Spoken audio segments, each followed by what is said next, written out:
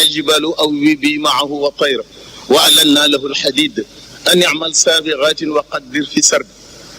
من واعملوا صالحا إني بما تعملون بصير ولسليمان الريح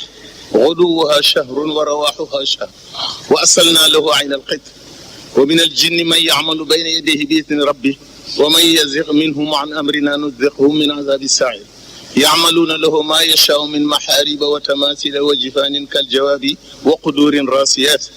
ما تحمل تكتن اعملوا آل داود الشكرا وقليل من عبادي الشكور كن فضل موم لي في لي رحمة نك موم day ñëw fii